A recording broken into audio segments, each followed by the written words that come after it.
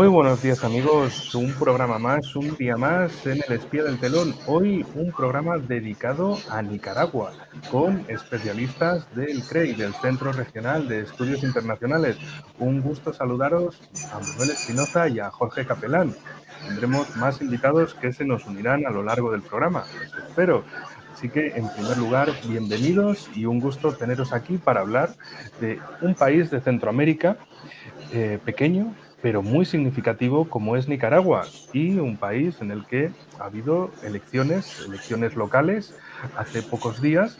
Y bueno, me gustaría empezar con vosotros comentando la situación de estas elecciones, cómo han transcurrido, cuáles han sido las perspectivas y, bueno, también, en definitiva, cuál ha sido el resultado y qué se puede esperar de ese resultado.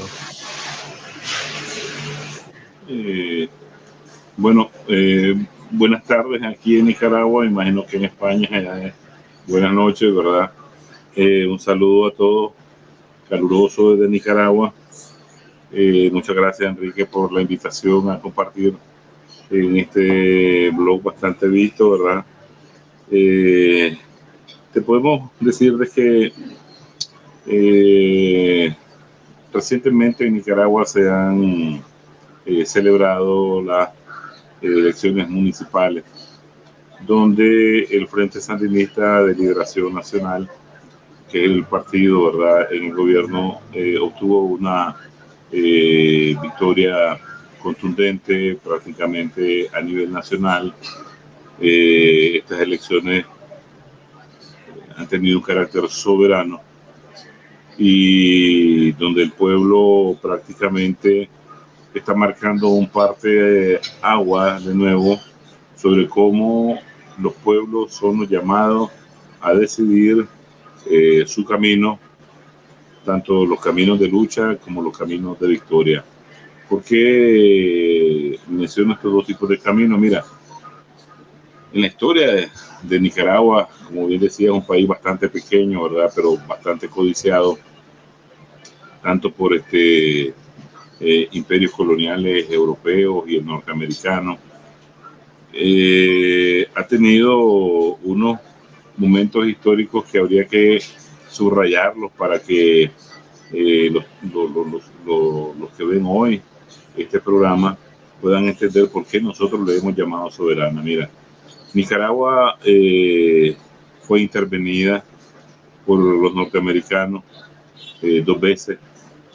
Durante esas intervenciones militares se realizaban elecciones, pero nada más que los jueces que contaban los votos eran los marines yanquis, los marines del ejército norteamericano, los conocidos US Marines. Y entonces, imagínate qué carácter democrático podía haber tenido cualquiera de esas elecciones cuando son los interventores, la tropa interventora, la que cuentan tus votos, ¿verdad? Y lógicamente estos venían a decidir quién iba a ser el gobernante, ¿verdad? Lógicamente estoy hablando de inicios del siglo pasado, ¿verdad? Menos de un siglo después de que se programara en el 23, en 1823, la doctrina Monroe. Aquí inclusive, y mis compañeros van a abordar más este periodo, van a destacar un periodo donde un filibustero norteamericano, un A ese falangista, tema quería llegar. sí, geófago, de repente vino, se instaló como presidente, asesinó a las cúpulas de los partidos liberales y conservadores, ¿verdad? Con los cuales, a uno de los cuales él debía de servir en su lucha intestina, ¿verdad? Entre estas paralelas históricas, y se instaló como presidente. Pero además de eso, lógico, inmediatamente fue reconocido por el gobierno de los norteamericanos. Y además de eso, instaló el idioma inglés como oficial. Entonces, luego tenemos un periodo, te decía, de intervenciones donde los marines contaban los votos, un periodo de 45 años de dictadura sangrienta de la dinastía de los Somoza, ¿verdad? Que le tocó alrededor de 40,000 personas derrocar a esa dictadura instalada por Washington. hasta el triunfo revolucionario de 1979, el 19 de julio. Luego vino una década de la guerra sangrienta que impuso Reagan a la joven revolución sandinista, ¿verdad? Con su famosa guerra de los contras.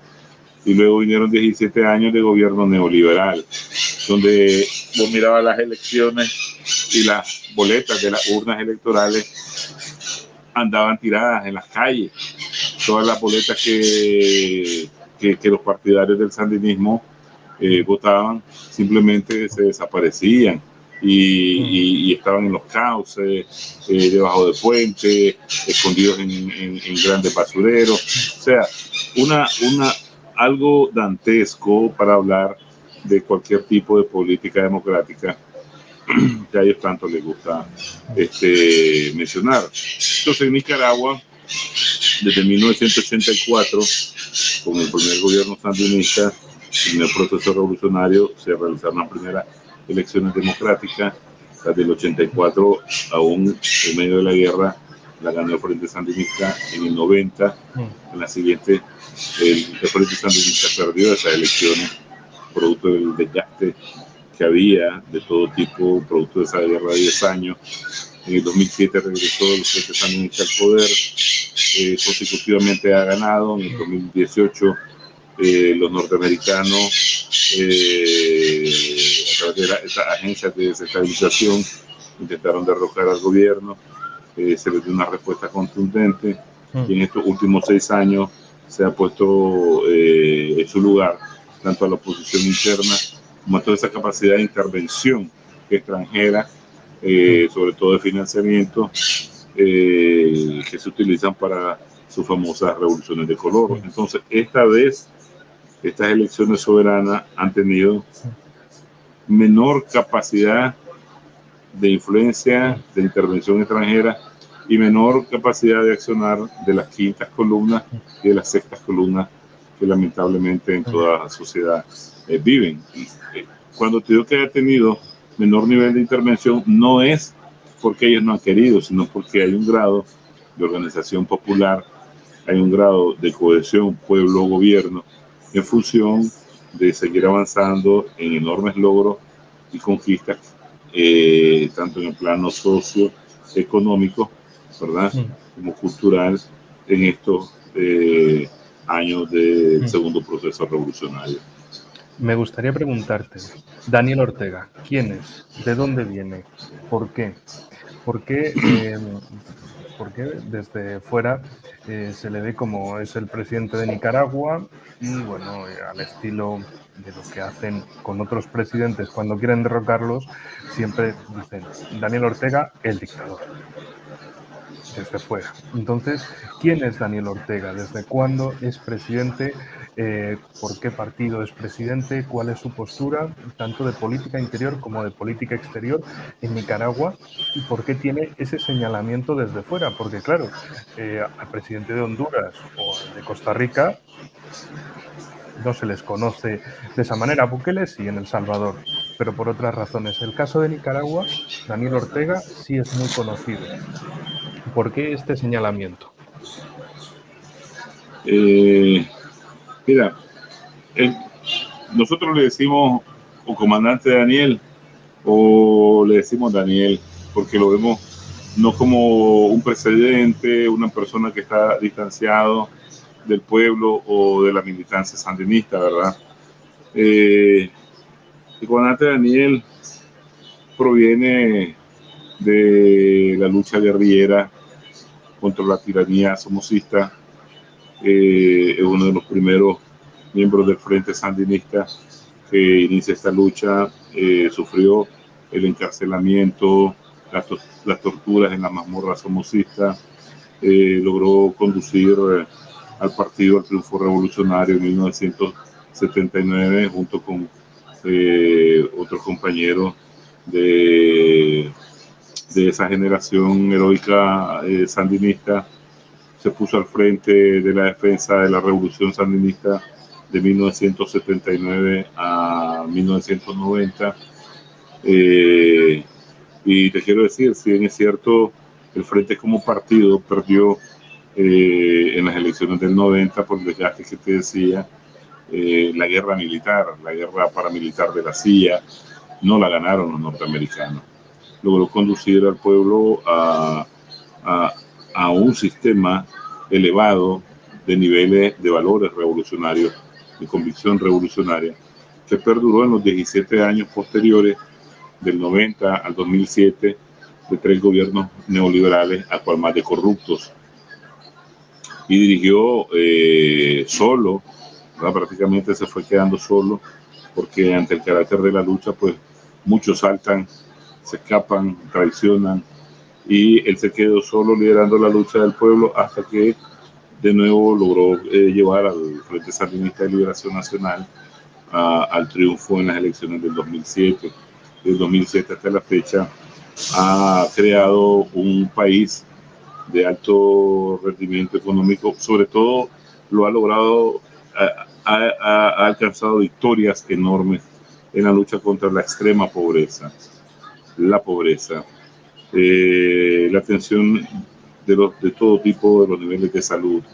Tenemos un país que viene de guerras, de terremotos, de desastres naturales, de dictadura, de enfrentamiento directo con el imperialismo norteamericano, y este es un país que ahora tiene la red más grande de hospitales a nivel centroamericano, y muchos de los centroamericanos vienen a asistirse aquí gratuitamente, y en nuestra vocación internacionalista revolucionaria nos da gusto que tengamos esas capacidades para compartirlas con nuestros hermanos de la región. Este es un país donde la inclusión escolar, tanto de primaria, secundaria, universitaria, es masiva, es gratuita, igual que la atención de la salud. Aquí el precio del pasaje de las rutas colectivas, ¿verdad? Es mínimo comparado con cualquier país de la región. Aquí hemos alcanzado el 99% de la capacidad de la electrificación del país. Se ha unido la costa atlántica con la costa del Caribe como un solo país a niveles de enormes carreteras, de infraestructura. Se ha concedido una autonomía a los pueblos originarios, afrodescendientes, diferentes tribus que quedan, que existen, ¿verdad? Y tienen su papel importante en el desarrollo cultural de nuestro país. ¿Qué más te puedo decir? A diario, las conquistas socioeconómicas que nuestro pueblo alcanza es producto de ese liderazgo. Yo no encuentro, sinceramente, y no por fanatismo ninguno, a otra persona en este país que tenga mayor arrastre político, pero además de eso, mayor simpatía que Daniel, ¿verdad? Que el comandante Daniel. Eso es muy importante. Todos sabemos nosotros que el oligopolio mediático occidental que ha venido dirigiendo contra nuestros pueblos todo tipo de campañas de difamación, de mentiras, ¿verdad? De guerra psicológica de todo tipo, están empeñados en desprestigiar como eje principal a la figura de Daniel, del comandante Daniel Ortega, porque les molesta eso. ¿Qué decía un presidente norteamericano, Roosevelt, sobre Somoza? Somoza hijo, ¿verdad? Somoza is a son of a bitch, but he's our son of a bitch. O sea, Somoza es un hijo de puta, pero es nuestro hijo de puta. O sea, lo que haga con el pueblo nicaragüense no importa. Ese es el peón que tenemos ahí y punto. Nosotros cerramos los ojos. Así de sencillo. El gobierno de la Violeta Barrios de Chamorro, que sucedió, que ganó en las elecciones del 90, ¿verdad? Después de que Nicaragua, nuestro pueblo, estaba desangrentado, esa guerra de Reagan de 10 años. El más corrupto que ha tenido la historia, el gobierno que le sucedió, el de Arnoldo Alemán, un liberal, y otro, de un tal apellido Bolaños, que ni quiero recordar el nombre, corruptos como tal, y nunca tuvieron una campaña de prestigio como la que lanzan a diario sobre el comandante Daniel y el gobierno sandinista, ¿verdad? Entonces como dicen como dicen en Rusia, Enrique, la guerra no se gana en los medios de información masiva en las redes sociales, la guerra se gana en el terreno. Y entonces el pueblo está en el terreno de combate día a día junto con el gobierno haciendo cosas por el país. Y entonces, cuando mira que en las elecciones de hace unos días se gana de manera soberana, cortando todo tipo de injerencia extranjera, cortando toda intención de la oligarquía remanente y élites de poder remanente económica aquí, y tenemos una victoria rotunda en el país, eso les molesta. Entonces, por eso él es dictador, ¿verdad? Pero aquí los adultos mayores reciben un paquete mensual de alimentos. Una cosa que tendrías que verlo porque es impactante. Porque ¿qué hace el capitalismo? Ahí decía alguien por ahí que hay demasiados adultos mayores. Antes de la pandemia, ¿te acordás? Habían demasiados adultos mayores y que había que deshacerse de ellos. Nosotros no pensamos. Eso es lo que se dijo en 2020, cuando el inicio de la pandemia. Bueno, pero como que mueren viejos, que tampoco es tanto el problema. O sea, ya están viejos y se iban a morir de todas formas. Como que, perdón, o sea, y como también, bueno, hubo en ese tema, no quisiera meterme mucho porque es bastante peliagudo y desgraciado, pero sí que había incluso gente de la izquierda sociológica alegrándose de que se murieran los ancianos porque eran de la derecha sociológica, en resumidas cuentas, por simplificarlo mucho. O sea, como que, sí se mueren, pero son de los otros, no pasa nada. Y bueno, la verdad que fue 2021 un año de unas tragedias y de muchas rupturas internas en España, pero bueno, eso ya es para quizá un programa dedicado a cómo vivió cada uno la pandemia en 2020. Eso sí, detalle, mucha solidaridad europea, mucha, mucho Unión Europea, nos cuidamos entre todos y demás. Llegó la pandemia, cada estado hizo lo que pudo por su cuenta, sin mirar a los demás, sin mirar que les afectara a otros de ninguna de las formas. Entonces, gracias por la explicación sobre el tema de Daniel Ortega. Ya que mencionaste la guerra del 79 al 90, me gustaría que comentaras o que profundizarais los dos, tanto para Manuel como para Jorge, los inicios de esa guerra, por qué tanta duración, y no la selecciono de una forma aleatoria, sino también hablando de injerencias estadounidenses, seguro que algunos se acordarán de nuestros espectadores, el caso Irán-Contra. El caso de financiación por parte de Estados Unidos a Irán, en ese caso para luchar contra Irak cuando les interesaba, y por otro lado con la contra nicaragüense, es decir, con la contra al sandinismo, el sandinismo opuesto a Estados Unidos. Jorge. Sí, bueno.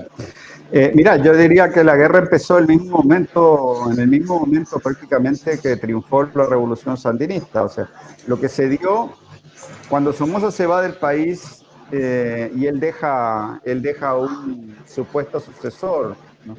Urcullo Maliaño se llamaba. Durante algunas horas el plan fue dejar en el gobierno a un somocismo sin Somoza. Y el mismo Urcullo Maliaño se creyó esta gran mentira y se negó a entregar la banda presidencial. Entonces la ofensiva del Frente Sandinista siguió y se produjo una desbandada de guardias, ¿no? Guardias eran los soldados del ejército de Somoza. Entre paréntesis te digo, el ejército de Somoza era una constabularia, o sea, era una fuerza militar creada por los Estados Unidos para mantener el orden en Nicaragua, ¿no? O sea, una constabularia es una forma totalmente ilegal, irregular, ¿no? de garantizarle el poder armado en un país. Bueno, la cosa es que esta constabularia se desbanda, ¿no? Una gran cantidad, casi todos se fueron para Honduras, que era una especie de santuario natural. Entonces toda la dictadura colapsa, pero no solamente colapsa la dictadura, colapsa el Estado, ¿no? El Estado constabulario que habían puesto los Estados Unidos aquí en Nicaragua. Entonces, desde ese mismo momento, ¿no?, empieza la organización de esos guardias, ¿no?, que más tarde se convertirían en lo que sería la Contra. Quedaron todavía dentro de Nicaragua algunos bolsones de grupos que eran más bien de ultraizquierda, ¿no?, opuestos al gobierno sandinista, que estaban, yo recuerdo ahí por el año 79 y 80, que hacían algunos hostigamientos, pero eran grupos bastante pequeños.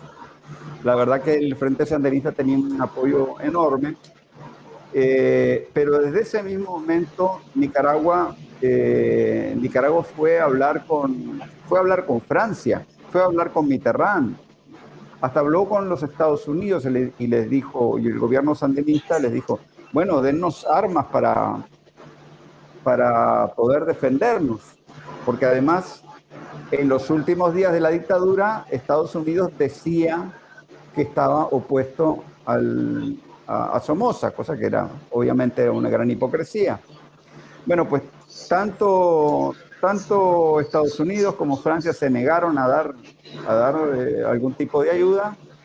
La cosa es que lo natural fue ir acercándose más al bloque socialista, a Cuba, a la Unión Soviética, a los otros países socialistas, ¿no?, y que serían los que en última instancia terminarían apoyando, digamos, a Nicaragua con la guerra, lo que luego se convirtió en la guerra de baja intensidad de Estados Unidos. Hay que decir que el Estado somocista, a pesar de que era profundamente impopular en el país, tenía representantes en sectores muy alejados del campo que tal vez eran gente respetada en la comunidad. El somocismo tenía una red de denominados jueces de mesta, que eran un poco una especie de, yo qué sé, paramilitares que mantenían el orden, ¿no? Y en algunas comunidades tenían una cierta relación, pues, más a nivel de lazos familiares, algunos eran bien vistos en sus comunidades. Entonces, por medio de la CIA y todo eso, se fue captando a estos campesinos paramilitares y se fue formando también una cierta base social contrarrevolucionaria, sobre todo basada en la manipulación el miedo a que le quitaran la religión a la gente, ¿no? Porque entonces se decía, ¿no?, que el Frente Sandinista iba a mandar a los niños, los iba a hacer carne enlatada y los iba a mandar a Moscú, cosas de ese tipo de propaganda negra, que por cierto la CIA estuvo involucrado en todo eso. Entonces es lógico, había sectores que entre el campesinado que creían eso, había otros sectores que no creían eso. Entonces fue así como muy pronto se fueron incubando. Yo recuerdo, bueno, o sea, después del 79, en el 80 se organiza la Cruzada Nacional de Alfabetización. Al mismo inicio de la Cruzada Nacional de Alfabetización, grupos contrarrevolucionarios, ya organizados por la CIA, asesinan a un alfabetizador que se llamaba Georgino Andrade en Chinandega, en el Pacífico del país. Lo asesinan, ¿verdad? Y ahí empiezan una serie de hostigamientos, de actos, ¿no? Yo recuerdo a inicios del año 1982 que se produjo una masacre horrible en San Francisco del Norte, un pueblito para el lado de la frontera con Honduras, también en el Pacífico, y en ese pueblito un comando de la Contra se metió y puso en fila a todas las autoridades municipales de ese pueblito y los asesinó, los degolló frente a toda la población, ¿no? Y se aseguraron muy bien de que la población viera esa masacre horrenda con el fin de sembrar el terror en la gente, ¿no? Fue una guerra muy, muy sangrienta. Nicaragua, si uno compara los tamaños relativos de los diferentes países, Nicaragua era la Siria, se convirtió en la Siria de los años 80, ¿no? Para que se hagan una idea. Obviamente un país mucho más pequeño, Siria es más grande, ¿no? Pero lo cierto es que aquí habían asesinatos prácticamente cada semana, hubo una movilización popular muy importante, hubo que aprender a organizar la defensa con una visión contrainsurgente, ¿no? Porque lo que nos amenazaban con una guerra irregular. El problema era ese, que los Estados Unidos, por un lado, movían sus portaaviones en el Caribe, y por otro lado, ¿no?, estaban llevando adelante la guerra de baja intensidad, ¿no? De modo de que siempre había una zozobra, ¿no?, de si los Estados Unidos intervendrían con sus marines o si la guerra que ellos buscaban era de agotamiento. Hay que decir que en 10 años de guerra nunca la Contra logró tomar ningún centro urbano de importancia en el país, nunca lograron controlar por mucho tiempo pedazos del territorio nacional. En realidad, las dictaduras que había en Centroamérica en aquella época le tenían bastante respeto al Frente Sandinista, por no decir un poco de miedo, no solamente por la experiencia combativa del pueblo nicaragüense en la insurrección contra Somoza, sino también por el nivel de moral que tenía en general, ¿no?, las tropas sandinistas, fueran estas de reserva o milicias o voluntarios del servicio militar, patriótico, o obviamente los miembros de las Fuerzas Armadas, ¿no? También paralelamente a todo esto se llevó a cabo toda una guerra de propaganda, ¿no?, brutal, tanto desde el norte como desde el sur del país, o sea, desde Honduras como desde Costa Rica, y también un poco, o sea, con el correlato, o sea, súper reaccionario desde Honduras y con tintes progresistas desde Costa Rica. Hay que decir claramente, Costa Rica era una base de la CIA, ¿no?, igual que Honduras lo era.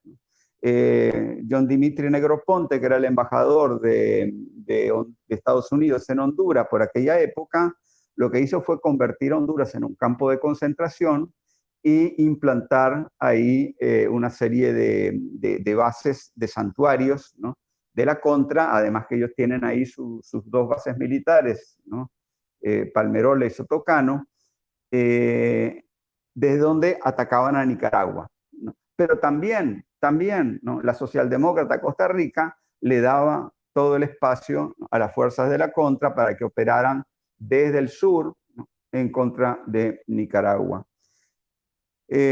También se formó la CIA y la Fundación Nacional para la Democracia, fundaron toda una red de tanques de pensamiento, organismos de propaganda, ya desde aquel momento se empezaba a hablar del tema, por ejemplo, de los derechos humanos, se empezaba a hablar del tema del pobrecitos los indígenas en la costa atlántica, ¿verdad?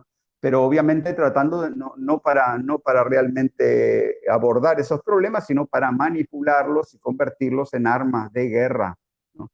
Y es así como, eso es lo que, o sea, Jorge, sí. Es decir, sería para hacer un divide y vencerás, es decir, así ver cuáles son las fracturas sociales, étnicas, lingüísticas, religiosas, como hacen en otros países, y a partir de ahí intentar separar a grupos que puedan decir, bueno, lo mayoritario en Nicaragua es tal cosa, hay ciertos grupos separados, pues vamos a separarlos definitivamente y hacer que Nicaragua se convierta, igual que lo querían hacer con Siria, en aquella época, en los años 80, la guerra civil, que Siria se partiera en estados pequeños. De hecho, es un proyecto, ahora que mencionamos Siria, lo mismo es lo que han intentado hacer desde 2011 con la nueva intentona contra Siria, desde Estados Unidos y todos sus laboratorios de pensamiento. El objetivo es fragmentar Siria. Rojava, el enclave ese que dicen los que tienen los kurdos y todo eso, que es mentira, porque hicieron una limpieza étnica, ¿no?, Incluso en justamente ese lugar que reclaman no eran mayoría los kurdos, eran mayoría los musulmanes y los cristianos.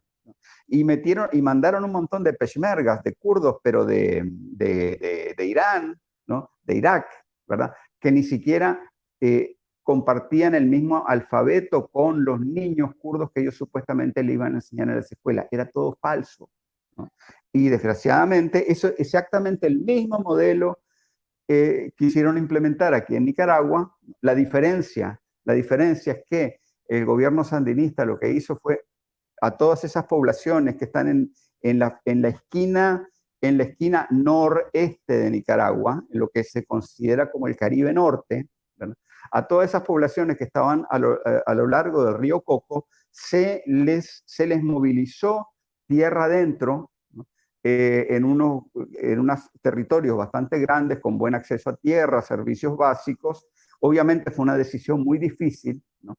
Pero si no, esa gente se hubiera convertido en víctimas del terrorismo de la guerra contra que estaba impulsando Estados Unidos en aquella época, ¿no? Pero efectivamente eso era una guerra de divide y vencerás, a todos los niveles, ¿no?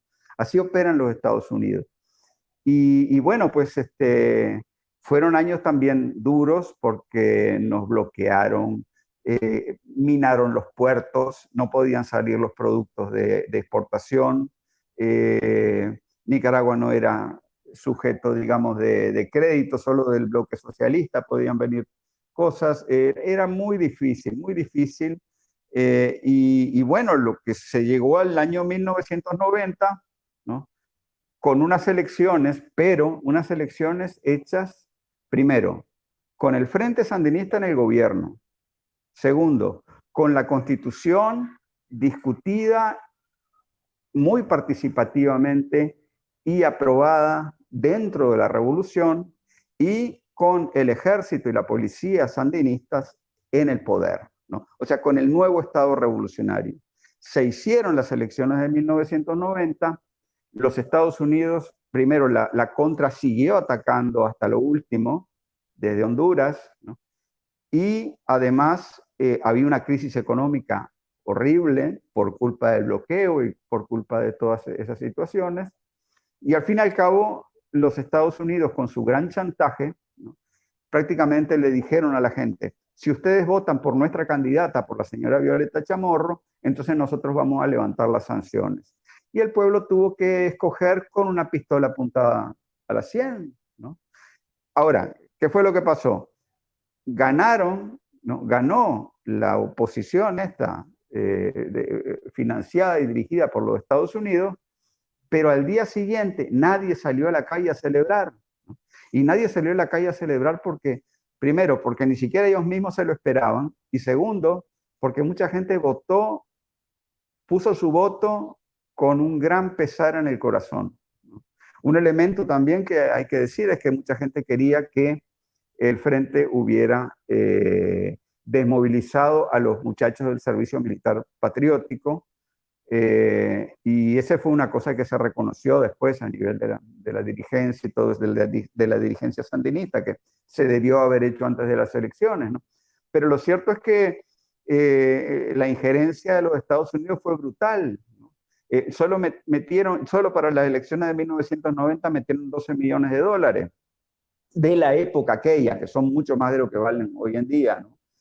Y bueno, volviendo al presente, las elecciones pasadas municipales, ¿no?, fueron las segundas que se celebran en Nicaragua, ¿no?, sin ningún tipo de financiamiento occidental para los partidos, para sus peleles aquí en el terreno, ¿no?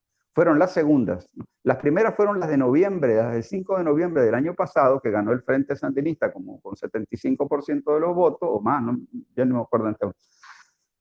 Y las segundas fueron estas elecciones municipales del domingo pasado, donde el Frente Sandinista ganó en todas las 153 alcaldías del país. Y debo decirte, la oposición lo que controlaba eran 18 alcaldías, las perdieron todas.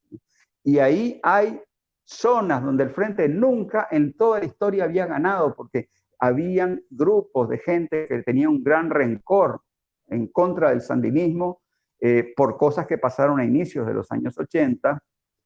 Y entonces, ¿qué es lo que pasa? O sea, el antisandinismo en Nicaragua ha sido derrotado, totalmente derrotado, porque sencillamente las políticas del Frente Sandinista y las políticas de la conducción del comandante Daniel Ortega son demasiado didácticas, demasiado pedagógicas para todo el pueblo de Nicaragua, ¿no?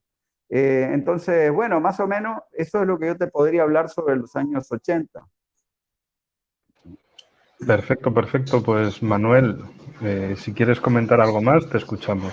Sí, mencionabas un capítulo muy interesante en esa guerra de los 80, que prácticamente el carácter geopolítico que tuvo fue la lucha contra el avance del comunismo de la Unión Soviética, ¿verdad? Con esa excusa, ¿verdad?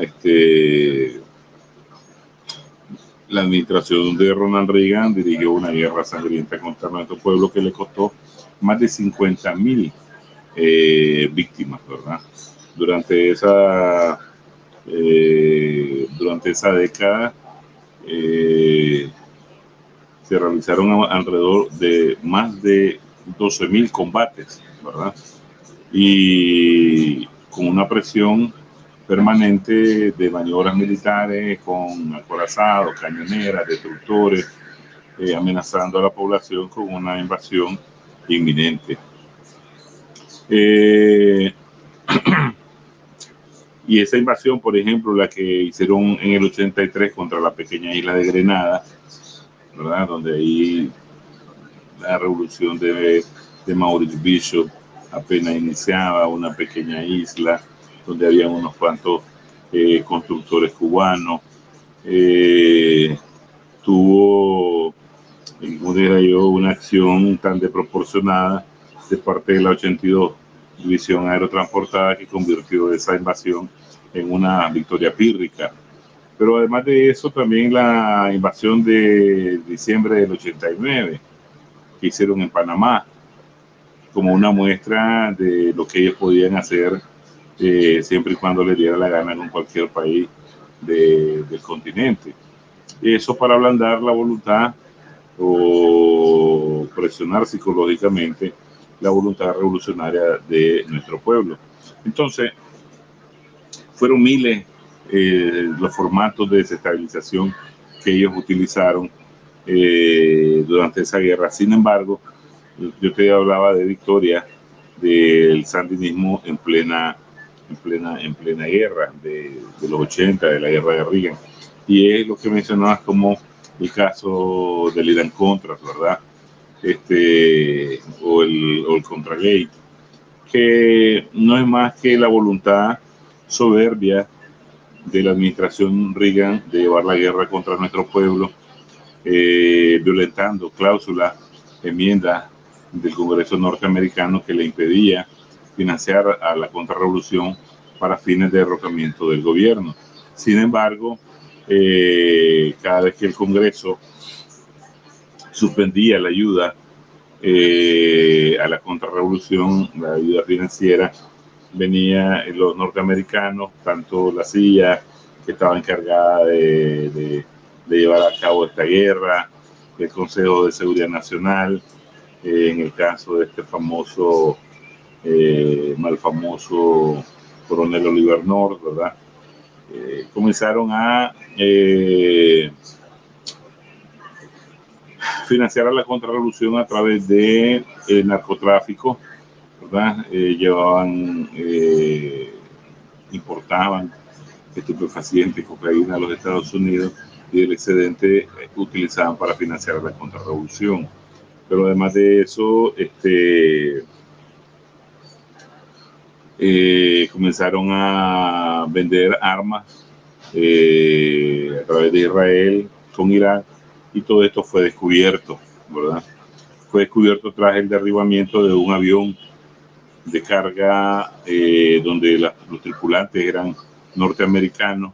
Se derribó ese avión, se capturó a un norteamericano que venía en ese avión, y se encontraron un sinnúmero de evidencias que comprometían a los norteamericanos con el tráfico de armas con Irán y esta parte de la cocaína que traficaban en Estados Unidos. Eso casi lleva al impeachment a Reagan, ¿verdad? Pero te puedo decir que fue tan duro ese golpe para todos aquellos que financiaban la guerra contra Nicaragua que al jefe de la división de la CIA, el jefe de la división de la CIA para sus operaciones en Latinoamérica, de apellido Clarich, terminó con casa por cárcel y con una fianza de miles de dólares que tenía que pagar. Al mismo jefe de las operaciones de la CIA, Claire George, también terminó con casa por cárcel con una suma enorme a pagar. Y así sucesivamente, Elliot Abrams también, eso comenzó a partir del 86. Y Elliot Abrams, que ha sido un hostigador permanente ahora de los venezolanos, andaba todavía llorando por la persecución que un juez de Nueva York le tenía todavía hasta 1992, 1994. Terminaron muy mal. Reagan ni siquiera les pudo a ellos condonar darle libertad condicional, ¿verdad? Por lo que habían hecho.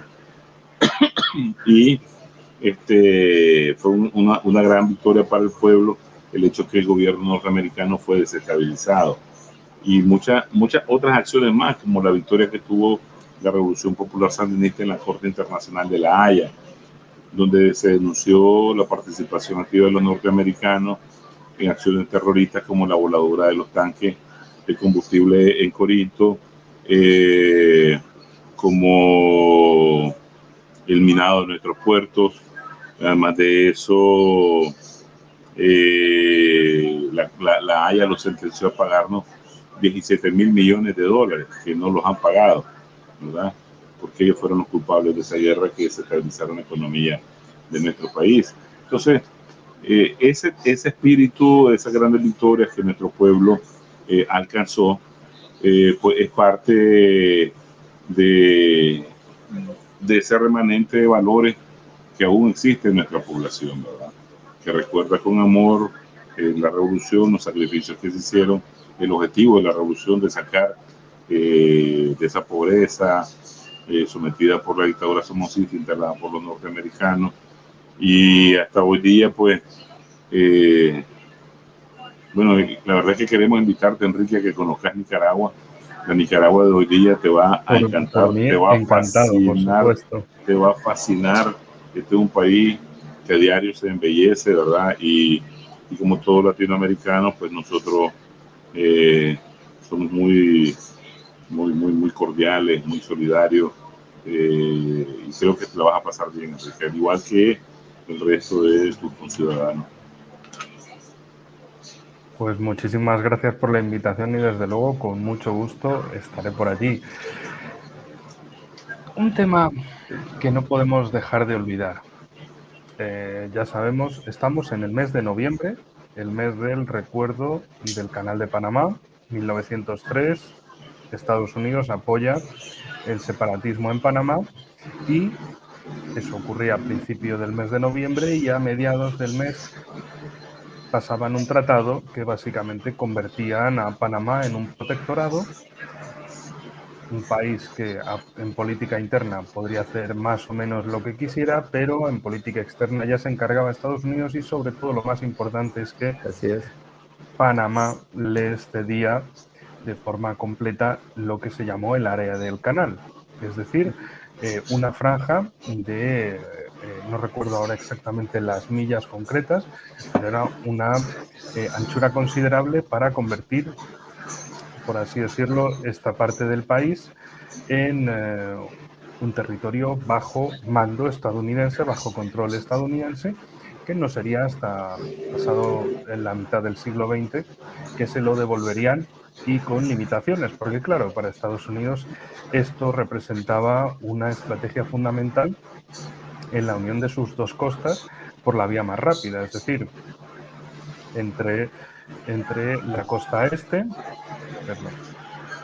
entre la costa este a través de Panamá para llegar a su costa oeste. De otro modo, tendrían que pasar por el norte, lo cual no era nada fácil, y por el sur, bueno, era más fácil, pero significaría rodear toda Sudamérica, es decir, un viaje muchísimo más largo.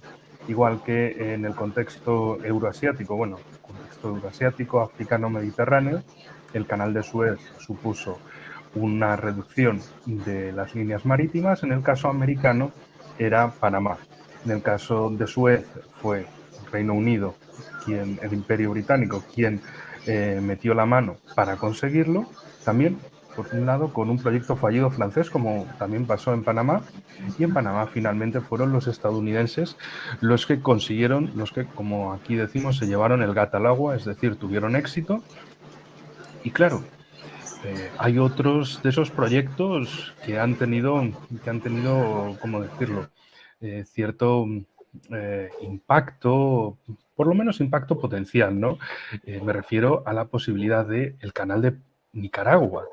Es decir, me gustaría que habláramos de esta cuestión de si es viable, no es viable, de qué se ha avanzado en este sentido, porque claro, hay que entender una cosa, ya existen presiones contra Nicaragua por ese nivel político, pero si ahora se le une a eso la alianza ya del eje euroasiático en el Caribe, es decir, de Cuba con Nicaragua, con Venezuela, y a esto se le suma que Nicaragua tenga un canal interoceánico, significaría que Estados Unidos no tendría esa hegemonía de paso interoceánico en el Caribe, en un mar cálido, central en el mundo, de modo que si ya existen acciones contra Nicaragua recurrentes en el tiempo, yo desde mi punto de vista esperaría un lanzamiento masivo contra Nicaragua en caso de que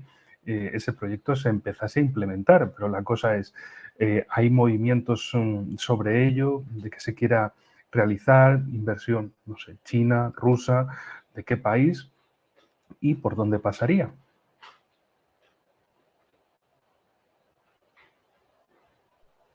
Bueno, si querés puedo yo hablar un poquito, empezar a introducir un poco el tema. Lo del canal no lo descubrieron los Estados Unidos. El tema del canal viene desde la propia conquista. Y si vos querés, vamos todavía más atrás en el tiempo, porque aquí, o sea, todo lo que ha pasado de sur a norte y de norte a sur, ¿no?, ha tenido que pasar por Nicaragua desde tiempos inmemoriales, ¿no? Aquí hay huellas de hace miles y miles y miles de años, ¿no?, de gente yendo en una dirección u otra. O sea, esta es una zona de paso. Ahora, cuando vinieron los españoles a estas tierras, ellos estaban interesados, porque ellos se dieron cuenta de que Japón no podía ser, ¿no? O sea, lo que habían descubierto aquí, Japón, era como que era muy difícil, como que no cuadraba con los números que tenían. Y después descubrieron el Pacífico, ¿no?, este inmenso mar Pacífico. Y desde ese mismo momento ellos empezaron a buscar un estrecho, ¿no? Y de hecho, si uno se mete por el río San Juan, ¿no?, llega un momento cuando ya termina el río San Juan en el que unos pocos kilómetros de tierra, ¿no?, le permiten a uno llegar, ¿no?, al Océano Pacífico, ¿verdad? Y ese interés estuvo desde hace cientos y cientos de años, ¿no? Estamos hablando de los primeros años de la conquista. Esa zona del río San Juan yo le recomiendo de todo corazón al que quiera que la visite. Hay gente en Nicaragua que dice, y creo que tienen razón, me lo dijo, por ejemplo, me lo dijeron guías turísticos en Great Town, que hoy en día se llama San Juan de Nicaragua, que es una aldea que queda justo en la desembocadura del río San Juan, ¿no?, en la punta sureste de Nicaragua. Y él me dice, es que nosotros somos el original y Costa Rica es la copia. O sea, a Costa Rica la han fabricado, ¿no?, la han fabricado como un reservorio de vida salvaje, ¿no? Lo cierto es que si uno va por el río San Juan y ve la costa, el margen costarricense de ese río y ve el margen nicaragüense de ese río, se va a dar cuenta que el margen costarricense está destruido por una trocha ecocida que mandó a construir Laura Chinchilla hace varios años, ¿no? Y además que está lleno de ganadería extensiva, mientras que por el lado nicaragüense hay selva, ¿no? Selva con cocodrilos y monos y pájaros de todos los colores. Es una cosa realmente impresionante. Bueno, la cosa es que todo ese río San Juan, que yo les recomiendo encarecidamente que lo vayan a visitar, es un lugar precioso. No bien los anglosajones empezaron a meterse aquí en el Caribe, fue un atractor de todos los bucaneros de la zona. Se recuerdan muchas batallas. Hay una ciudad que se llama El Castillo, porque encima de un monte tiene un castillo construido desde el que se defendieron muchos ataques de los bucaneros, porque Gran Bretaña y todos los holandeses y todo eso también, o sea, ellos se establecieron también en el Caribe centroamericano, ¿no? Y de hecho, por ejemplo, hasta colonizaron lo que hoy en día es la costa atlántica de Nicaragua, y por eso en la costa atlántica se habla mucho inglés, y hasta pusieron a un famoso rey Mosco, que en realidad era un rey, pero no era un rey que tuviera ningún poder propio, sino que era en realidad un administrador de los británicos, entre los indígenas. Entonces, y todo esto tenía que ver, ¿no?, con el sacar provecho de esta vía de pasaje, ¿no? Después, obviamente, todo esto se junta con el proyecto de William Walker, de los esclavistas del sur de los Estados Unidos, ¿no?, con un ropaje civilizador, porque eran esclavistas, pero se vendían a sí mismos como progresistas, ¿no?, como una cruzada para venir a civilizar Centroamérica. Se podrán imaginar ustedes qué clase de civilización sería si lo que hizo William Walker cuando vino aquí, ¿no?, que los oligarcas liberales le dijeron: vení, ayúdanos aquí a derrotar a los conservadores, que era su error, ¿no? Vino William Walker, lo primero que hizo fue atacar las ciudades de Rivas y Granada, y sobre las ruinas decir: bueno, ahora vamos a tener elecciones libres, y el candidato voy a ser yo. Y entonces él se autoeligió, y lo primero que hizo, entre comillas, asumir, fue declarar la esclavitud en Nicaragua. Ese es el interés. Esa es la primera vez que Estados Unidos mostró interés por la democracia en Nicaragua, ¿no? En fin, la cosa es que había un interés de construir este canal por Nicaragua. Yo recuerdo hace algunos años tuve el honor de estar en una reunión del comandante Daniel Ortega con varios periodistas, y a esa reunión él llevó un librito bastante grueso con muchos mapas adentro. Se notaba que el libro era bastante antiguo, y en esa reunión él empieza a mostrar el libro, y era el plan original de Estados Unidos para la construcción del canal por Nicaragua. Entonces, ya los Estados Unidos tenían todo ideado cómo iba a ser la cosa. Lo que pasa es que como ya tenían Panamá, entonces dejaron de interesarse por Nicaragua, no sin antes obligarle a los gobiernos oligarcas de turno a renunciar, ¿no?, a construir un canal por 100 años o más, ¿no? O sea que en realidad los Estados Unidos tenían el monopolio geopolítico de esta región. Pero el canal, en realidad, si uno se pone a ver en términos globales, sigue siendo una necesidad para el comercio mundial, ¿no? Habida cuenta de todo el desarrollo de Asia, y habida cuenta, ¿no?, el desarrollo de la multipolaridad, y obviamente, como vos bien decías, esto se convierte en una amenaza geopolítica para Estados Unidos, porque Estados Unidos considera al Mar Caribe como su mare nostrum, ¿no?, nuestro mar, ¿verdad? Si los Estados Unidos pierden el control del Caribe, y por eso Cuba y Nicaragua son tan estratégicas. Cuba es la isla más grande del Caribe, Nicaragua es el país más grande de Centroamérica. y hay que decir, ¿no? Eso es parte de la geopolítica de Nicaragua, ¿no? Nicaragua está en el centro de Centroamérica, está en el centro de las Américas en general, es el país más grande de Centroamérica, es el menos densamente poblado, y eso es una cosa que la tuvieron muy clara tanto los ingleses como los estadounidenses. No hablo de los españoles porque la Capitanía General de Guatemala se vino abajo. O sea, aquí la independencia aquí en Centroamérica fue por default, como dicen, ¿no? Entonces, ¿qué es lo que pasa? O sea, Nicaragua tiene la clave del desarrollo de Centroamérica. Una Nicaragua fuerte, ¿no?, económicamente, culturalmente, políticamente, militarmente, significa que va a haber una Centroamérica fuerte. Obviamente los Estados Unidos no quieren que haya una Centroamérica fuerte, ellos quieren que haya una Centroamérica balcanizada. Y por eso es que la historia de Nicaragua, hasta hoy, ¿no?, hasta 1979 y sobre todo hasta hoy, ha sido una historia de guerras perennes. Nicaragua tenía que ser pobre y estar en guerra, ¿no? A Costa Rica le permitieron construir una especie de vitrina medio socialdemócrata, progresista, de desarrollo, ¿no?, que hoy en día se está viniendo abajo, ¿verdad? Pero los Estados Unidos le permitieron a Costa Rica hacer eso para tenerla como la vitrina buena del capitalismo de ellos, ¿no? A nosotros aquí en Nicaragua nos daban Somoza, nos daban las masacres, nos daban los asesinatos, ¿no?, nos daban ese régimen genocida que usó armas de destrucción masiva contra su propio pueblo en los años 70, ¿no?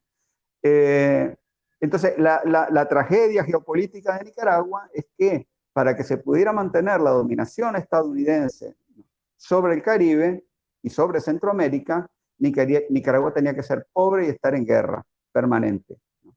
Pero este pueblo, con Sandino, que fue el primero que derrotó a los marines, ¿no?, y con el Frente Sandinista, con el comandante Carlos Fonseca, que siguió toda esa lucha en un contexto histórico muy diferente, y con todo lo que ha pasado aquí de 1979 hasta esta parte, les ha demostrado que no pueden ellos hacer valer sus intereses siempre. Me decías que se espera una acción masiva de Estados Unidos. Bueno, primero, vamos a ver. El planteamiento sería esperable en el caso de que en Nicaragua dijeran, venga, vamos con todo, vamos con el proyecto del canal, vamos a tope. Y claro, ¿quién va a financiarlo? Principalmente China y también Rusia. Eso significaría que en el patio trasero de Estados Unidos, según la consideración de ellos, se estaría metiendo sus dos enemigos geopolíticos mundiales. Y eso, claro, significaría que se les que les van a girar para siempre un país, que lo van a convertir en un polo de desarrollo frente a modelos que son callejones sin salida. Por cierto, como apunte, antes de devolverte la pelota, Costa Rica, un país sin ejército desde 1948, tras 3 años de guerra civil. ¿Has visto los policías, Tico? Parecen Rambo. Tienen ametralladoras. Lo que sí me comentaron amigos de allí de Costa Rica es que sí, oficialmente no hay ejército, pero Costa Rica gasta una suma muy grande en armamento policial. Armamento policial. No es ejército, pero bueno, hay que comprar y no es un ejército, pero tienen que comprar. Entonces se produce esa dicotomía o esa divergencia entre la realidad y lo que hace realmente. Claro, ¿quién va a renunciar a que te sigan comprando armamento? Que sea un país que no tenga una conciencia de seguridad nacional, de defensa nacional, que simplemente se queden como sois economía, con la excusa de, bueno, si tenéis algún problema exterior, también quizá pensándolo en si pasa algo en Nicaragua, en Panamá más bien en Colombia. Si algo os pone en riesgo, ya nosotros nos encargamos y ya de paso ahí entramos y ocupamos el flanco norte de Panamá por la cuestión tan estratégica del canal. Y en caso contrario, si quieren intervenir en Nicaragua, es su base de operaciones. Un país que no tiene un ejército para presentarles batalla, resistencia, en caso de que cambiase la orientación de ese gobierno. Sí, algunos políticos ticos recuerdan a algunos políticos Jorge, ticos. Sí. Jorge, si me permitís solo un pequeño paréntesis, mira, Bueno, los Costa Rica nunca se han enfrentado con una amenaza de una intervención norteamericana militar, como Nicaragua lo ha hecho. Y Nicaragua tiene amenaza muy cerca ahí en Honduras, con alrededor de 5 bases norteamericanas. Y la misma Costa Rica sirve como base para los norteamericanos. Es el único país donde arriba un portaavión y salen los ticos a saludarlos con pañuelos al puerto. ¿Ya? Entonces, pero además de eso, ellos sí invierten mucho presupuesto, más que el de Nicaragua, en su sistema de policía. Entonces, es como un eufemismo decir que no tienen un ejército. El, el hecho, pues, de no aparentar tenerlo, pero como bien te decía Jorge, parecen Rambo, pues. Lo que pasa es que nosotros sí nos hemos visto amenazados, y no solo teóricamente, sino directamente por los norteamericanos. sí, así es. Además hay que decir que la sociedad costarricense es débil. Es débil, te digo. Las elecciones municipales del domingo aquí en Nicaragua, 57% de participación. Las elecciones municipales en Costa Rica, 25, 26, 30, lo más 30, ¿no? Creo que ni siquiera las últimas ni siquiera llegaron a eso. Y hay un descontento total y profundo con toda la clase política, ¿no? Mientras que en Nicaragua la situación es muy distinta, ¿no? Hay todo, o sea, hay una sociedad que funciona y hay un espíritu de optimismo hacia el futuro que no existe en Costa Rica y no existe en los otros países tampoco. Pero el tema ¿no? Del canal, primero, lo cierto es que Nicaragua en la práctica ha venido construyendo el canal de alguna manera, ¿no? Primero, el proyecto se lanzó ya en el año 2013, o antes incluso. Ya está todo muy, muy acabado, con un gran apoyo popular. La gente quiere que se construya el canal ese. Lo que pasa es que, obviamente, pues China hizo una lectura de cuál era la coyuntura internacional en aquel momento, y un poco como que le bajó el perfil al proyecto, pero nunca lo abandonó porque sabe que es un proyecto estratégico para el proyecto, para el programa de la Franja y la Ruta, que es la reestructuración del comercio mundial, básicamente. Y entonces, y después tenemos la prueba, pues, que lo que pasó aquí después del año 2013, 2014, fue que la ola que venía de gobierno de izquierda en América Latina empezó a bajar, ¿no? Y todo eso influyó, obviamente, con el proyecto original del canal. Pero decían que ya estaba abandonado, ¿no? No, no, para nada, para nada. Incluso, te digo, cuando en esta reunión en la que estuvimos con los periodistas y con el comandante, fue después de la Revolución de Colores que quisieron montar, que la derrotamos en el 2018, el comandante llevaba el librito del proyecto del canal, ¿no? Una señal de que el proyecto del canal sigue vivo. Y de hecho, por ejemplo, hoy en día Nicaragua está construyendo 2 puertos de aguas profundas, uno en el Caribe y otro en el Pacífico. Se está en etapa ya pues avanzada pues de financiamiento y esas cosas. Tenemos carreteras Disculpa, que Jorge, unen. ¿qué Sí. puertos para señalarlos? Mira, me parece, me ayudas, Manuel, me parece que es Corinto y Monkey Point, o Bluefields. Manuel, ¿no me escucha? Sí, creo que es Bluefields y Corinto.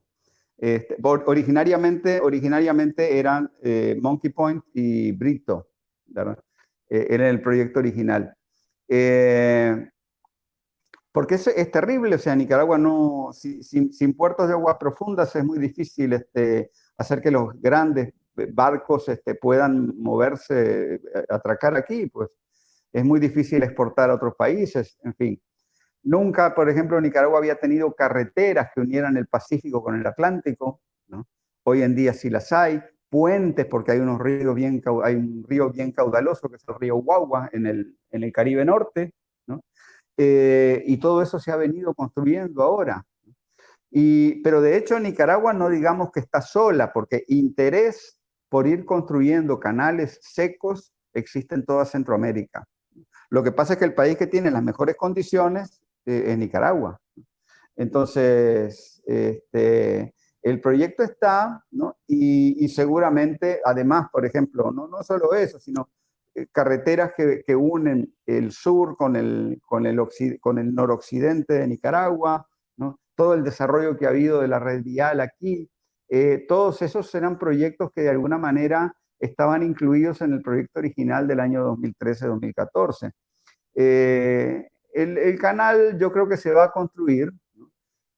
Pero también habrá que ver en qué coyuntura geopolítica se va a construir.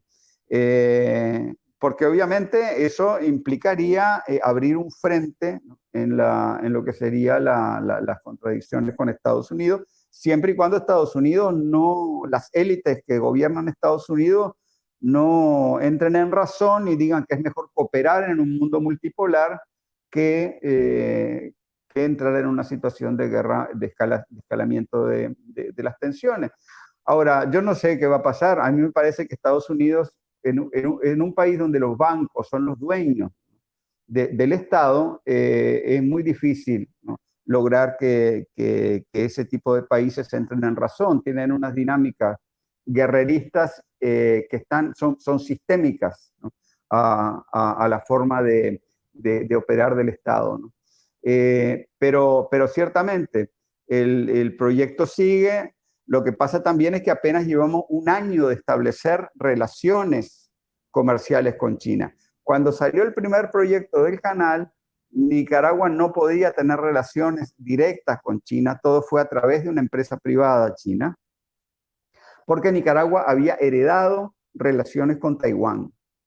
Vamos a hacer un poco de historia, discúlpame que te meta esta cuestión tan larga. No, adelante, por favor. Bueno, resulta que obviamente durante la época de Somoza no quería saber nada de la China comunista, ni siquiera cuando China se arregló con Nixon, tampoco quería saber, ¿no? Obviamente.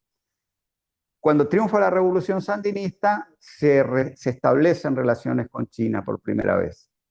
Cuando el Frente Sandinista pierde, ¿no? Pierde las elecciones del 90, entonces los liberales que habían ganado las elecciones establecen relaciones con Taiwán, ¿no? Y eso por muchas razones, ¿no? Tenían ellos lazos con Taiwán, Taiwán era el centro de la Liga Anticomunista Mundial, todo tipo de razones, pues. La cosa es que cuando el comandante gana en el 2006, él tenía que sacar adelante un proyecto de nación, ¿no? Él no era, o sea, él nunca fue no es de la idea, ¿no? De la tierra arrasada, por así decirlo, ¿verdad? Entonces, en la población había una opinión muy positiva de Taiwán y de hecho, pues hablando con los taiwaneses, llegaron a una serie de entendimientos y durante un periodo de años hubo una relación de cooperación muy buena con Taiwán. Entonces no había prisa por romper ese lazo, ¿no? Además habían otras condiciones, estaba Chávez en Venezuela, había otro conjunto de condiciones. Entonces Nicaragua mantuvo esas relaciones con Taiwán, pero obviamente, ¿no? no solamente que Taiwán empezó a subir la parada contra China en el Asia, sino que también los Estados Unidos empezaron a apretar cada vez más, ¿no? Y montaron el golpe de 2018. Entonces ya era cuestión de tiempo para que Nicaragua empezara a tomar medidas drásticas y estableciera relaciones con China de nuevo y obviamente dejar a un lado a Taiwán. Ahora, ya se ha suscrito un acuerdo denominada cosecha temprana, que básicamente tiene que ver con alimentos. Se está discutiendo el Tratado de Libre Comercio, que va a tener que ver con muchas más cosas y que va a incluir también cooperación china. Y ya cuando estén en pie esas dos cuestiones, ya vamos a empezar a ver toda otra serie de proyectos, ¿no? Pero ya en este año de cooperación china se han visto muchos resultados en Nicaragua y los van a ver muchos más, ¿no? Muchos más. Y eso a pesar de que el mundo está en guerra, a pesar de toda una serie de cosas, a pesar de la recesión mundial, a pesar de todo eso,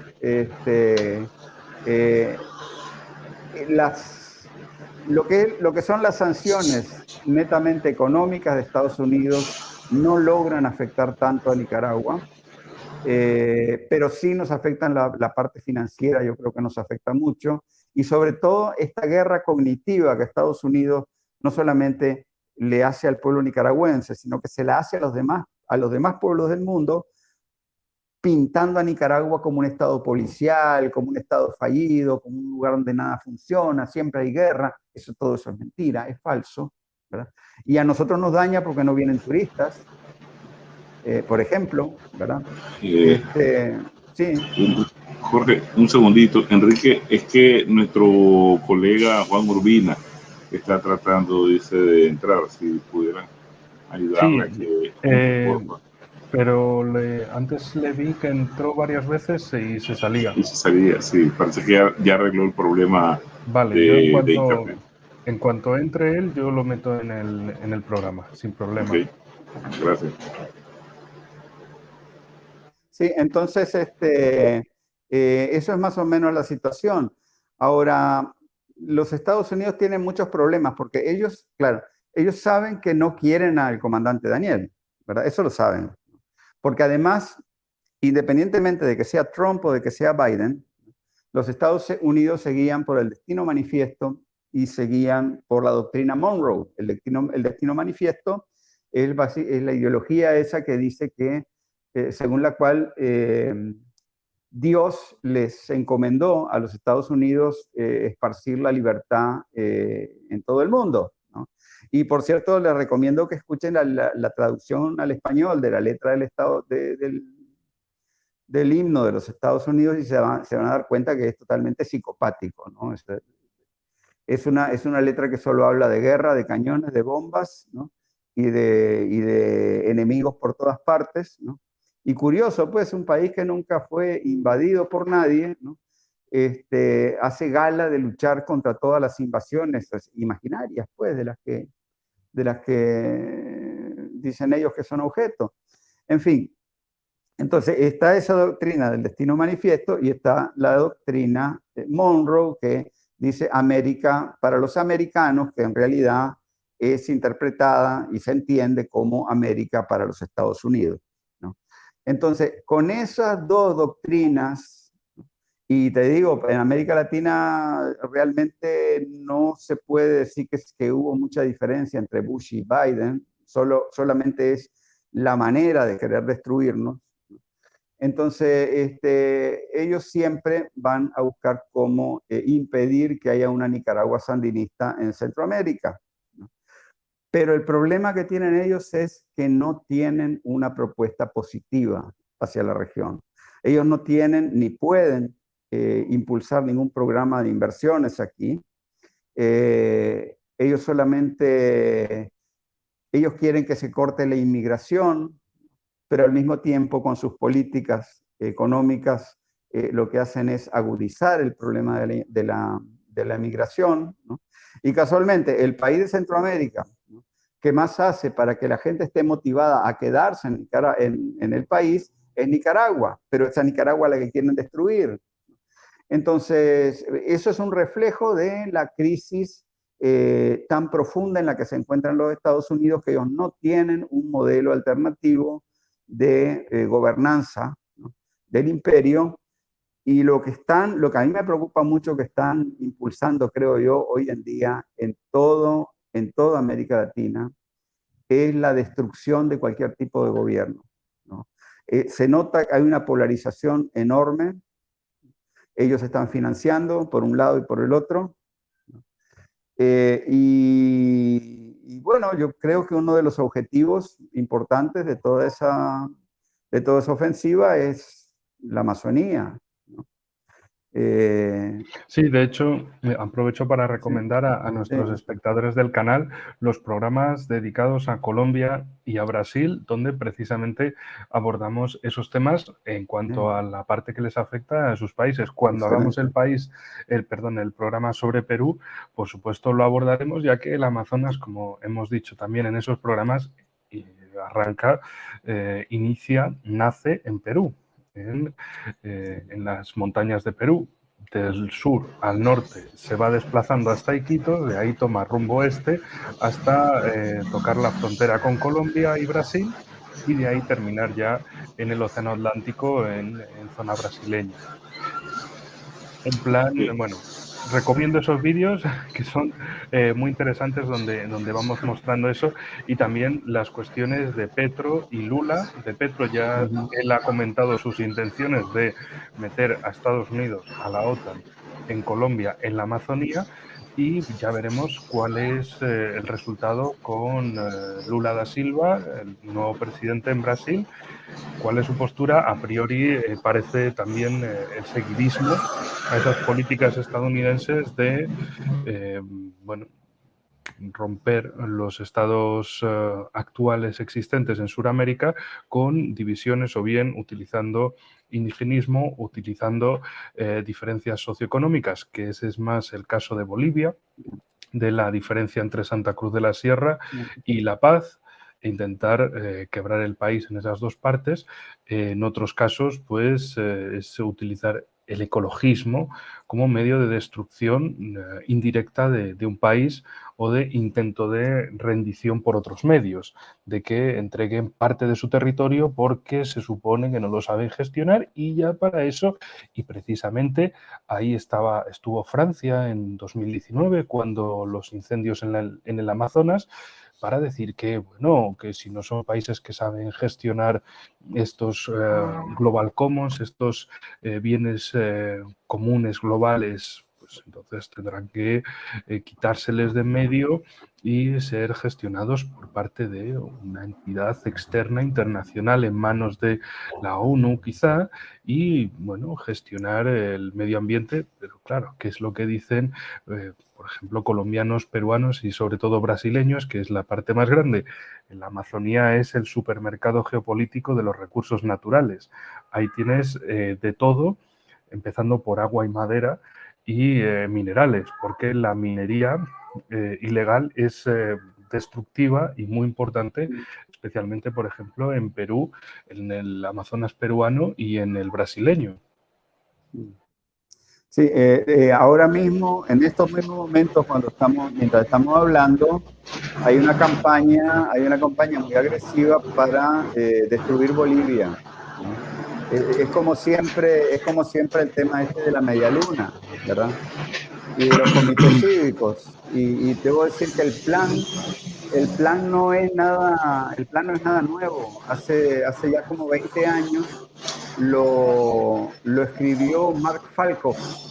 Mark Falkhoff, que fue un asistente de seguridad nacional, después del Consejo de Seguridad Nacional de Estados Unidos, que escribió un artículo acerca de lo que podría pasar si Bolivia se dividiera en diferentes pedazos, ¿no?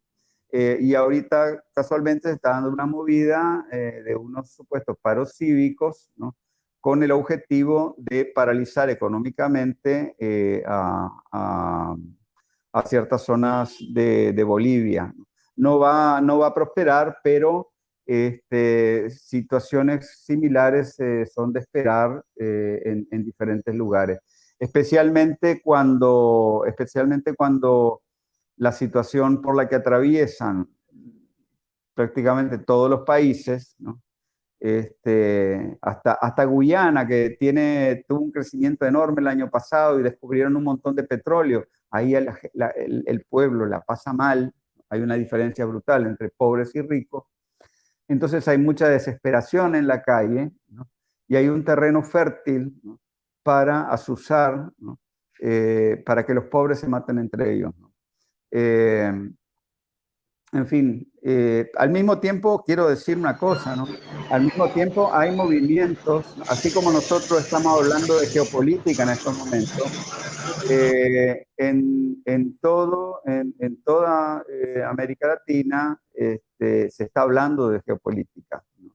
Y por ejemplo, así como los Estados Unidos pueden sacar de su galera, ¿verdad?, movimientos indígenas, entre comillas, ¿verdad?, como lo que ellos pretendieron instrumentalizar aquí en Nicaragua en los años 80, lo cierto es que los pueblos originarios en su gran mayoría están pensando en términos de una geopolítica de toda la región, ¿no?, de toda la región. Hay todo un debate muy interesante que, bueno, se va a conocer en su momento, pero que hoy en día está teniendo lugar, porque así como estamos nosotros reunidos, hay mucha otra gente que se reúne y empieza a hablar de estos temas. Enrique, me gustaría aportar algunos pincelazos sobre el tema del canal, porque para nosotros es un tema estratégico, ¿verdad? Y no solo para nosotros, sino para el comercio global. Y lo es para China, y lo es para Rusia, ni siquiera para los norteamericanos. Mira, después de avanzar ellos en su frontera interna, en su expansión interna, ¿verdad?, desde el inicio de las 13 colonias, y ahí llegando ellos hasta California, y comenzaron a avanzar hacia el sur del hemisferio. Nosotros podemos ver que desde 1848, cuando examinamos la correspondencia diplomática del Departamento de Estado de 1848, hay una clara orden que desde esta secretaría se le emite a los representantes norteamericanos de impedir a toda costa la construcción del canal interoceánico por cualquier potencia europea, sea Inglaterra, sea Francia, sea Alemania, en aquel momento que tenían esas capacidades. Pero la verdad de las cosas es de que esta es una decisión soberana del pueblo que se ha visto interrumpida por la voluntad imperial norteamericana y por la coyuntura internacional. Y ahora estamos viendo a unos Estados Unidos que siguen con su pie de papel, presentándose ante el mundo como gigantes en armas militares, policíacos, pero que están sostenidos de un montón de papel que no tiene valor. Por lo tanto, su situación de declive es real. La coyuntura internacional está cambiando y no a favor de ello. Lógicamente, esta decisión soberana es una amenaza para los intereses, entre comillas, ¿verdad?, de los norteamericanos, y nosotros de ellos no podemos esperar, como nunca hemos esperado, nada bueno. Entendemos su capacidad rapaz y su capacidad de accionar contra los pueblos, pero además de eso hay otro problema. Ya el agua ha sido declarada como un commodity en la bolsa de valores, y nosotros tenemos dos lagos. Cuando miras el mapa de Nicaragua vas a ver el Gran Lago de Granada, que es un lago de agua dulce, ¿verdad?, y el lago de Solotlán, el lago de Managua.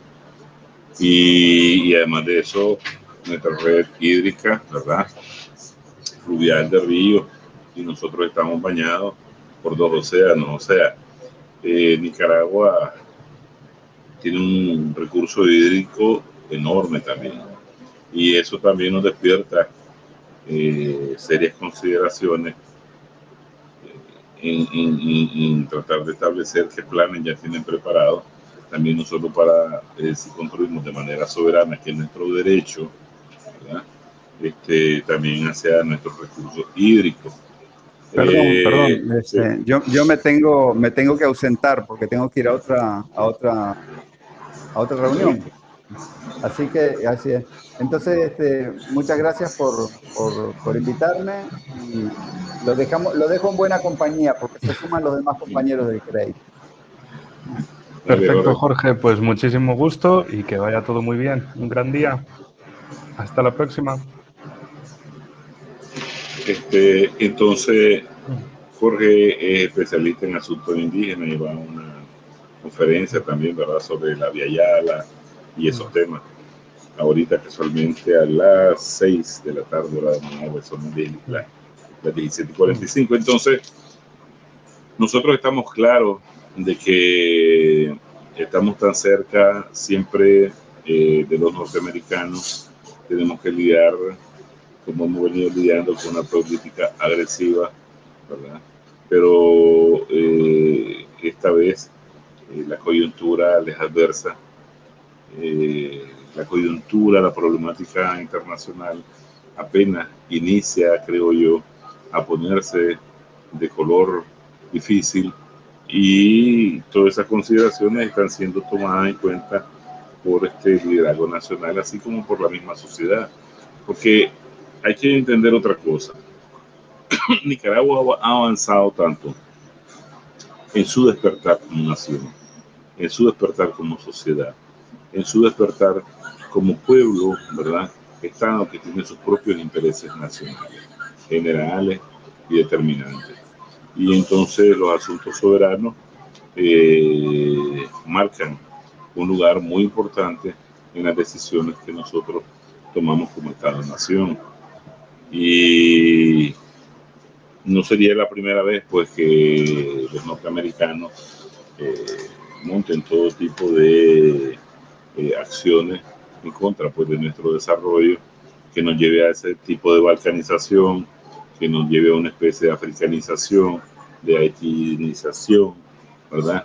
Y mantenernos en un nivel de pobreza, de que no podamos nosotros desarrollarnos con aquellos propios recursos que tenemos. Una lógica imperial, ¿verdad? Así es. Y de hecho, me gustaría tratar un tema que, bueno, es poco conocido. En el programa que le dedicamos a Colombia lo mencioné, porque a veces uno piensa que Colombia solo es esta parte continental, pero resulta que tienen unos archipiélagos en la costa más cercana a Nicaragua que a la costa colombiana, que son las zonas de San Andrés y Providencia, que, bueno, es un contencioso por, sobre todo, la delimitación de las aguas internacionales y de las zonas económicas. Entonces, en este sentido, ¿cuál es la posición de Nicaragua al respecto? Bueno, mira, esta es otra también parte de la historia de rapacidad de la política exterior norteamericana hacia nuestro país. Como bien mencionaba, para haber construido, por haber construido el canal de Panamá, que lo hicieron en lo que era una provincia de la Gran Colombia, que era Panamá, ¿verdad? Que montaron junto con aquel que primeramente fue lobista, Banu Varillas, ante el Congreso, y fue a presentar cuál era la diferencia en construir un canal de Panamá en Nicaragua o otro, un canal en Panamá o en Nicaragua, ¿verdad? A lo instalaron como presidente, y producto de su mandato, de esa posición gubernamental, pues se desmembraron a Panamá, a la provincia de Panamá de la Gran Colombia. Y como recompensa, cuando Nicaragua estaba intervenida, le entregaron a Colombia las islas de San Andrés, ¿verdad? Que vos ahí graficás en el mapa. Y eso nos llevó a un litigio territorial con Colombia, porque si vos podés ver en ese mapa, la extensión de nuestra plataforma continental va mucho más allá de lo que es la plataforma continental colombiana. Prácticamente Colombia no tiene. Y sin embargo, ella siempre ha dicho que todo esta parte del Mar Caribe le pertenecía. inclusive a la costa atlántica, esa parte vertical de costa ribereña que vos ves en Nicaragua, le llamaban el balneario de Nicaragua, porque en realidad nos querían dejar alrededor de entre 5 o 15 millas marítimas. Prácticamente nos querían cerrar nuestro acceso al mar Caribe. Y entonces, dado a la lucha tenaz de Nicaragua por evidenciar que esa es increíble, si vos destacás esa plataforma continental, vos mirás cómo esta se extiende hasta el Caribe. Entonces, como un Estado, un actor internacional respetuoso del derecho internacional, pues Nicaragua se sometió al arbitraje, a la Corte Internacional, ¿verdad?, de Justicia, y esta delimitó el fallo que más de 70.000 kilómetros cuadrados de mar ribereño en el Caribe le pertenecían a Nicaragua, y algunos spots, algunos puntos como la isla de San Andrés, iban a pertenecer a Colombia. Una injusticia histórica, ¿verdad? Producto, te explico, de la rapacidad norteamericana, entregar algo que no era de ellos para satisfacer la molestia de los colombianos por haber cercenado a la Gran Colombia de su provincia de Panamá, ¿ya? Entonces, Nicaragua ha sido respetuosa de ese fallo. Nosotros ejercemos nuestra soberanía en ese mar recuperado, ¿verdad? En ese mar recuperado, y sin embargo, pues, han habido expresiones de los mandatarios colombianos de no reconocer el fallo, a pesar de que se pueden convertir en parias internacionales al hacer omiso, pues, el caso de ese laudo, como lo hicieron los norteamericanos con el fallo del 86 que te decía de indemnizar a Nicaragua por una suma de 17.000 millones de dólares por la guerra impuesta a Nicaragua durante los 80. Pues si quieres entramos ya en el último tema que me gustaría tratar en este programa, y es el tema de la inmigración, o bueno, desde el punto de vista centroamericano, la inmigración. Siempre suelen considerar a Guatemala, Honduras y El Salvador como ese triángulo norte, si mal no recuerdo esa denominación, desde Estados Unidos, en sentido de que, bueno, son los tres países de principal procedencia de migrantes que atraviesan Centroamérica, México e intentan llegar a Estados Unidos. La situación en Nicaragua, en este sentido, ¿cómo es? Hay también emigración, vienen emigrantes desde Costa Rica, Panamá, a Nicaragua para ir hacia el norte, ¿o cuál es la situación ahora mismo? Mira, la verdad es que por Nicaragua históricamente han pasado muchas nacionalidades desde el sur, ¿verdad? Y desde hace décadas atrás, muchos ecuatorianos, por aquí pasan peruanos, vienen desde Asia, del Caribe, pero decía Daniel, comandante Daniel Ortega, que te hablan de libertad, te hablan de una voluntad de ayudar a los pueblos, y cuando ellos, de manera arbitraria y violentando el derecho internacional, sancionan a un país, a sus instituciones estatales, a organizaciones o empresas privadas que están promoviendo el desempleo, la desorganización económica del Estado, pero también están aumentando la pobreza en esos países. Y el caso del Triángulo del Norte, que han tenido después de la década de los 80 una serie de enormes problemas socioeconómicos, donde mira los fenómenos de las maras, ¿verdad? Del crimen organizado, de enormes organizaciones de sicarios, que no han habido acciones económicas a favor de los pueblos de esos países. Mira una masividad de migrantes hacia el norte, de manera racial, racista, ¿verdad? conocemos el levantamiento de ese muro.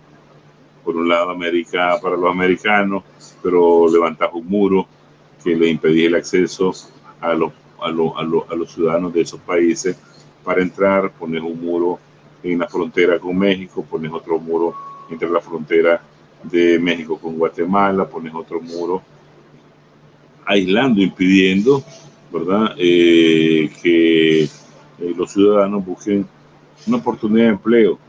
Si no es el modo cultural o el modo viviendo y lo que se busca desde nuestro pueblo, es simplemente una oportunidad de empleo para poderle enviar ayuda a los que quedan atrás. En el caso de Nicaragua, yo te decía que a partir del 2007 aquí se ha dado un enorme mejoramiento de la economía nacional. Sin embargo, la migración es de manera política premeditada.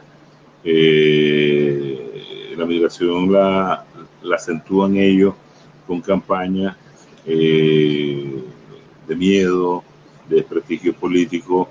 Te dicen que de repente para los nicaragüenses todo está abierto, pero deben de ser solo nicaragüenses jóvenes. Ellos mismos alientan la migración, pero de carácter político. Cuando ya están allá en las fronteras, les cierran el paso.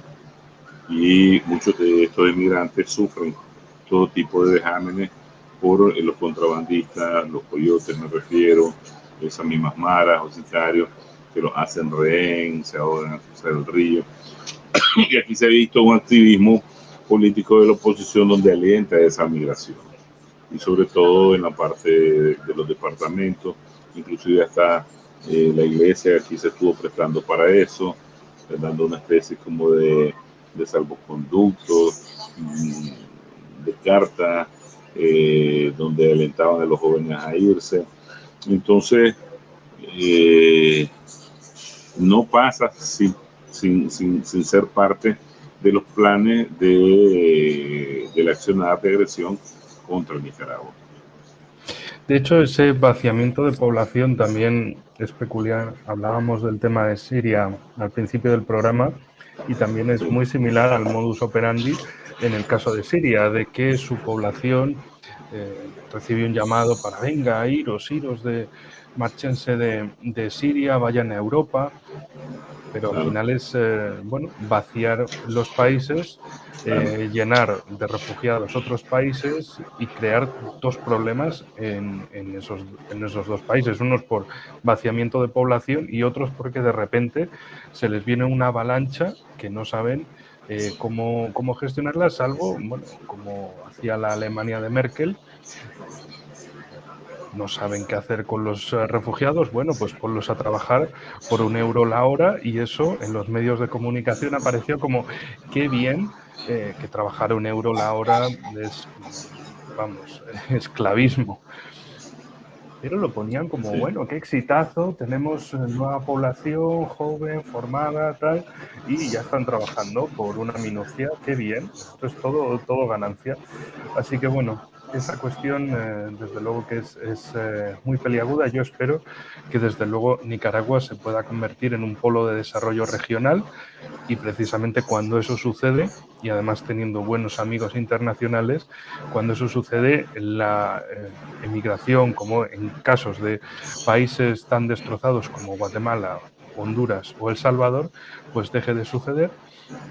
Incluso también la posibilidad, cuanto menos, de reestructurar una república centroamericana como la hubo, porque ya no sería lo mismo tratar con un país, es decir, un país entero, de Guatemala a Panamá, que se componga de 6 estados actuales, que, 6 pequeñitos países que incluso sean hasta demasiado grandes como Nicaragua para lo que le gustaría a Estados Unidos y que le gustaría fragmentar y separar la costa del Pacífico con la del Atlántico, meter estados cuña y en definitiva romper cualquier país que se les oponga. Manuel, Claro, pues claro. muchísimas gracias por vuestra presencia en el programa. Si quieres añadir algo más, pues por Sí, supuesto, adelante. Y si sí, no, pues nos veremos en el próximo programa analizando más cuestiones de Centroamérica, del Caribe, que a veces parece que Suramérica copa los grandes titulares, como esa gran masa continental. México parece que se queda aislado y Centroamérica y el Caribe es como, vaya, pero existen. Pues sí existen y aquí están. claro. Yo me gustaría agregar un poco sobre el tema de la migración, Enrique, porque el rédito único que tienen los medios de información masiva es el que le trabajan al oligopolio mediático norteamericano, es el rédito de prestigio. Ellos ignoran la cantidad de migrantes casualmente que van, y no solo del Triángulo Norte, del mismo México, ¿verdad? Y acentúan a Nicaragua como un enorme problema de política interna, de represión, de dictadura, de falta de libertad, etcétera, etcétera, etcétera. Pero es ilógico, porque el país, te digo, ha crecido, está creciendo. Vos medís los niveles de construcción en este país y es increíble. Y la construcción es un parámetro para ver qué tan bien está la economía de un país, ¿verdad? Entonces, ellos emplean este tema migratorio también como herramienta o instrumento para desprestigiar al gobierno sandinista, ¿verdad? Y lo otro es que eh, yo invito a reflexionar un tanto, porque lo que ha pasado Nicaragua en su lucha por su libertad, muy difícil otro pueblo en Latinoamérica lo ha pasado, ¿verdad? Cuba, Nicaragua, Venezuela, han sufrido mucho, mucho, sus pueblos han sufrido mucho de esa política imperial. Sin embargo, ahí están resistiendo, luchando, no con manuales escritos hace siglos por los estudiosos de la izquierda, o no, en la práctica, en la praxis revolucionaria de lucha frente a frente, el día a día contra el imperialismo. Ahí están esos tres países, ¿verdad? Dando la batalla. Sin embargo, de nuevo, ese oligopolio mediático internacional acusan de dictadura, dictadura aquí, dictadura allá, los malos de la película. Ellos siempre han sido muy buenos en crear a los malos en sus películas. Si no son los chinos, son los rusos. Si no son los rusos, son los afrodescendientes. Si no son los latinos, los chicanos, etcétera, etcétera, etcétera, ¿verdad? No terminaríamos la lista de malos que ellos presentan tanto en sus películas como en su política internacional. De tal manera que no solo lo invito a reflexionar sobre la agresividad imperial a la que nosotros nos enfrentamos, sino también los instamos a visitar nuestro país. Claro, Enrique, vos va a ser invitado especial.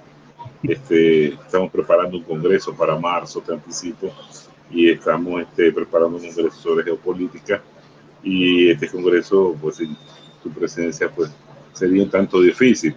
Y entonces, pero el resto de amigos que nos ven, te invitamos a conocer de primera mano nuestro país, y lo vamos a atender en ese calor latino. Que no necesitamos presentarlo mucho, que nos damos a conocer donde sea. Gracias por la invitación, Enrique.